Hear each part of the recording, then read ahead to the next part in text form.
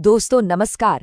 आज हम इतिहास के कुछ ऐसे पन्ने पलटने वाले हैं जब ईरान और अमेरिका, ये दो देश सीधे सीधे बिल्कुल आमने सामने आ गए थे। हम बात करेंगे उन चार हैरत अंगेज घटनाओं की जो दिखाती हैं कि कैसे एक देश ने दुनिया की सबसे बड़ी मिलिट्री पावर को सीधी चुनौती दी। तो चलिए इस दिलचस्प कहानी में गहराई से उतरते हैं।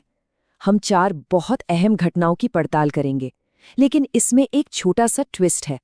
हम सबसे ताज़ा घटना से शुरू करेंगे और फिर वक्त में पीछे की तरफ जाएंगे।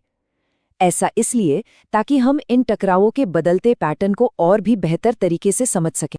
तो हमारी कहानी शुरू होती है साल 2020 से। जनवरी का महीना था। अमेरिका ने एक ड्रोन हमले में ईरान के सबसे ताकतवर और चर्चित जनरल कासिम सुलेमानी को मार गिराया। इस एक घटना से आप समझिए कि मिडिल ईस्ट में जैसे भूचाल ही आ गया। पूरी दुनिया ने अपनी सांसें रोक ली थीं कि अब ईरान क्या करेगा, अगला कदम क्या होगा। और फिर ईरान ने जवाबी हमला किया। एक के बाद एक दर्जनों बैलिस्टिक मिसाइलें एक अमेरिकी मिलिट्री बेस पर दागी गईं। हमले के फौरन बाद अमेरिकी राष्ट्रपति ने दुनिया को यकीन दिलाने की कोशिश की कि सब ठीक है। पर सवाल ये था कि क्या वाकई सब कुछ ठीक था?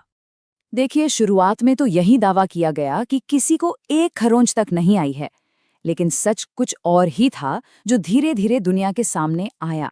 100 से भी ज्यादा अमेरिकी सैनिकों को दिमागी चोटें आई थीं, जिसे ट्रॉमेटिक ब्रेन इंजरीज कहते हैं। मिसाइलों के धमाकों की लहर ने उनके दिमाग को अंदर तक हिलाकर रख दिया था। और इस हमले की सबसे हैरान करने वाली बात थी इसकी सटीकता, इसकी पिन पॉइंट एक्यूरेसी। ईरान की मिसाइलों ने बहुत सोच समझकर सैनिकों के रहने की जगहों मतलब बैरकों को छोड़ दिया और एयरबेस के हैंगर, फ्यूल डिपो और कमांड पोस्ट जैसे अहम ठिकानों को तबाह किया। ये एक सीधा और साफ संदेश था, हम चाहते तो तुम्हारे सैनिकों को मार सकते थे, पर हमारा मकसद तुम्हें सिर्फ अपनी ताकत का एहसास कराना था। और ये कोई मामूली बात नहीं थी।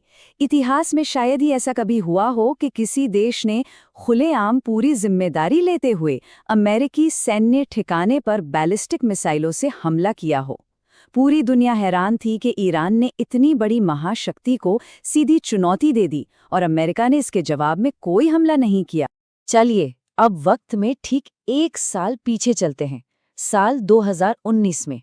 इस बार टकराव जमीन पर नहीं बल्कि आसमान की ऊंचाइयों में हुआ था। 60,000 फीट। जरा इस ऊंचाई का अंदाजा लगाइए। कमर्शियल हवाई जहाज भी इतनी ऊंचाई पर नहीं उड़ते। ये अमेरिका के सबसे आधुनिक जासूसी ड्रोन्स में से एक ग्लोबल हॉक की उड़ान की ऊंचाई थी। माना जाता था कि इतनी ऊंचाई पर इसे मार गिराना लगभग नामुमकिन है, और शायद अमेरिका को भी यही गुमान था। अब यहीं पर कहानी में असली पेंच था। ईरान ने अपने सेव्योम खोरदाद मिसाइल सिस्टम से इस ड्रोन को मार तो गिराया, लेकिन क्या ये हमला कानूनी तौर पर सही था? सब कुछ इस एक बात पर टिका था कि ड्रोन उस वक्त था कहाँ, ईरान की सीमा के अंदर जैसा ईरान कह रहा था, या फिर अंतर्राष्ट्रीय हवाई क्षेत्र में जैसा अमेरिका का दावा था। अमेरिका की तरफ से जवाबी कार्रवाई की धमकियां तो दी गईं, लेकिन असल में कोई सैन्य हमला नहीं किया गया। इस एक घटना ने दुनिया को दो बातें साफ साफ दिखा दी। एक, ईरान की एयर डिफेंस सिस्टम की ताकत, और दूसरी ये कि अमेरिका हर बार टकराव को बढ़ाना नहीं चाहता।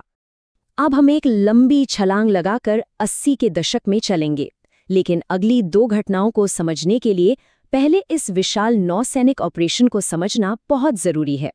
ये दूसरे विश्व युद्ध के बाद अमेरिकी नेवी का सबसे बड़ा काफिला मिशन था।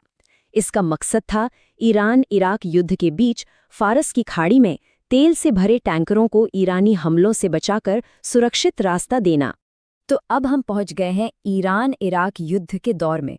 वो समय था जब ये जंग जमीन से निकलकर समंदर की खतरनाक लहरों तक पहुंच चुकी थी और दुनिया भर की तेल सप्लाई पर खतरा मंडरा रहा था।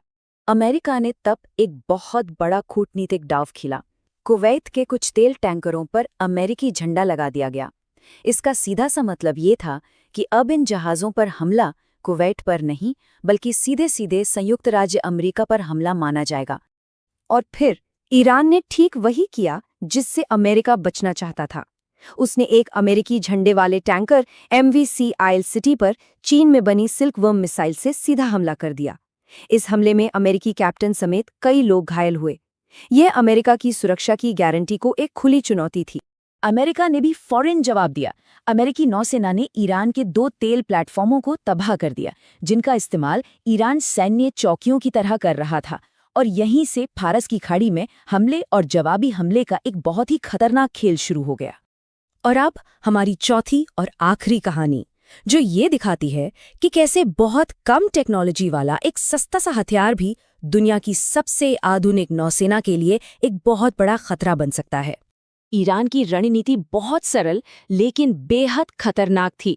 वो स्पीड बोट्स का इस्तेमाल करके रात के अंधेरे में समंदर में चुपके से ऐसी माइंस बिछा देते थे जो ऊपर से दिखाई ना दें, लेकिन एक बड़े जंगी जहाज के निचले हिस्से से टकराने के लिए बिल्कुल सही गहराई पर तैरती रहें। और क्या आप जानते हैं कि ऐसी एक समुद्री माइन को बनाने में कितना खर्च आता था?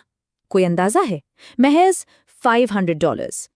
अब इस $500 की तुलना कीजिए उस अमेरिकी युद्धपोत के कीमत से जो इसका शिकार बना, $90 मिलियन। जरा सोचिए, सिर्फ $500 के एक हथियार ने $90 मिलियन के एक विशालकाय वॉरशिप को लगभग डुबो ही दिया था। ये इस बात का एक जबरदस्त उदाहरण है कि कैसे एक सस्ता और सरल हथियार एक बेहद आधुनिक और महंगे जंगी जहाज को घुटनों पर ला सकता है। यूएसएस सैमुअल बी रॉबर्ट्स किसी तरह डूबने से तो बच गया, लेकिन ये हमला ईरान की रणनीति की बहुत बड़ी कामयाबी का सबूत था। तो 4 दशक और ये 4 अलग-अलग टकराव, इन सब से हमें सीखने को क्या मिलता है? क्या कोई पैटर्न नजर आता है? अगर इन सारी घटनाओं को एक साथ रखकर देखें तो एक पैटर्न बिल्कुल साफ नजर आता है। ईरान ने हर दौर में अमेरिका के साथ सीधे सैन्य टकराव से परहेज नहीं किया है, चाहे वो 80 के दशक की साधारण समुद्री माइंस हों या फिर 2020 की आधुनिक बैलिस्टिक मिसाइलें। ईरान ने हमेशा वक्त के हिसाब से अपनी रणनीति बदली और सीधी टक्कर ली है। तो बड़ा सवाल यही है कि सोचे समझे जोखिम लेने का ये इतिहास भविष्य में होने वाले टकरावों के बारे में क्या संकेत देता है, खासकर आज के दौर में जब सैन्य तकनीक पहले से कहीं ज़्यादा एडवांस हो चुकी है। अगर आपको ये विश्लेषण पसंद आया तो इस वीडियो को लाइक करें और ऐसे ही और भी विश्लेषण के लिए हमारे चैनल को सब्सक्राइब करना ना भूलें।